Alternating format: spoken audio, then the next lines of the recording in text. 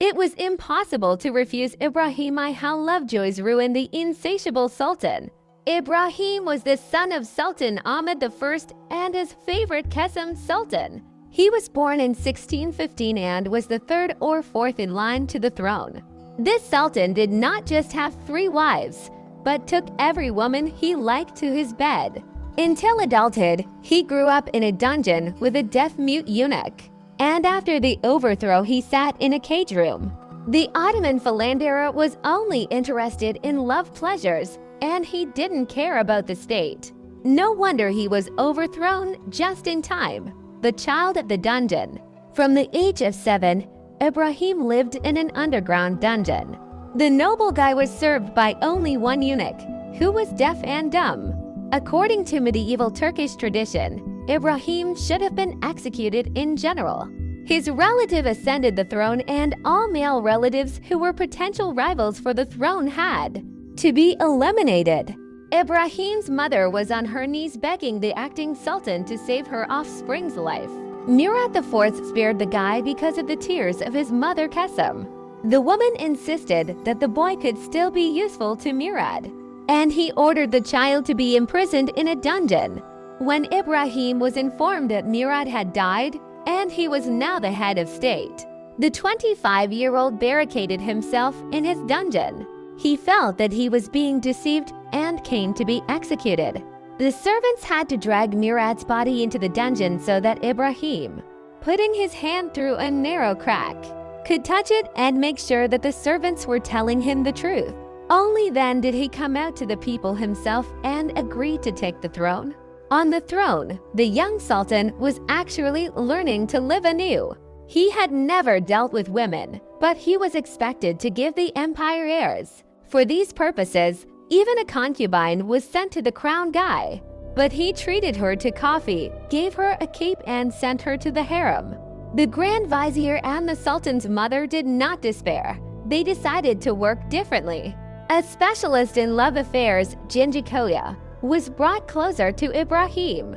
He managed to ignite the fire of passion in the young ruler with herbs, decoctions, and frank stories. One day, the Sultan seemed to burst. From that day on, he worked for 4 years to create heirs. The people around Ibrahim insisted that at first they couldn't get him into bed, and now they can't get him out of there. Now the Russian Cossacks have taken the basics, but the Sultan does not even care about public administration. Give him new women. Ibrahim made 3 sons for the empire, and then he tried to rule the state, and his attempts were frankly weak. Kortko's poorly educated sultan did not know how to rule. Of course, one could not blame him for this, because he had been sitting underground for many years.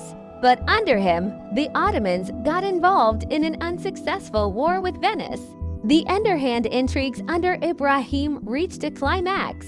The first vizier was a favorite of the sultan, but he was executed for his sins, and Ibrahim did not even think to intervene. Further viziers were executed one by one. It got to the point that no one else agreed to this position. The courtiers got into the habit of baiting and insulting each other, but the Sultan did not care. He believed any slander, any rumors that were brought to him. When making the decision, Ibrahim did not even request verification of the information, and different clans used it. Tired of pretending to rule, Ibrahim once again became interested only in love affairs. During his reign, 17 sultans' heirs were born. No one else cared about the issue of succession, but the sultan continued to shower women with expensive gifts and took money from the treasury in unlimited quantities. The sultan's mother swore at her son for almost emptying the treasury by paying for his entertainment, but Ibrahim did not listen to her. When he got tired of his mother's moralizing, the Sultan took away all his property from his mother and his closest relatives. He also squandered their money. When there was nothing left to pay beautiful women, the insatiable Sultan began to kidnap beauties from noble families through assistants. He spent the night with the kidnapped girls and then sent them back spoiled. This was not tolerated not only by the Ottoman nobles, but also by the Janissaries. The army was no less dissatisfied with Ibrahim's rule than the nobility. In 1648, the clergy issued a fatwa stating that Ibrahim had been deposed for insulting the faith. Then the Sultan remembered about his mother and ran to her for intercession. This time, Qasim did not intercede. Ibrahim was seized by eunuchs and dragged to a prepared cage room with only one window for food in the door.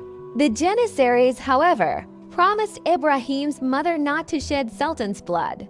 But after 9 days of his imprisonment, they entered the dungeon with a silk cord. Formally, they did not shed Sultan's blood, but they still needed to eliminate the Sultan. So they came up with a way. And Ibrahim's 6-year-old offspring, Mehmed IV, ascended to the throne of the Ottoman Empire. This is how the story of the craziest sultan in Turkey ended.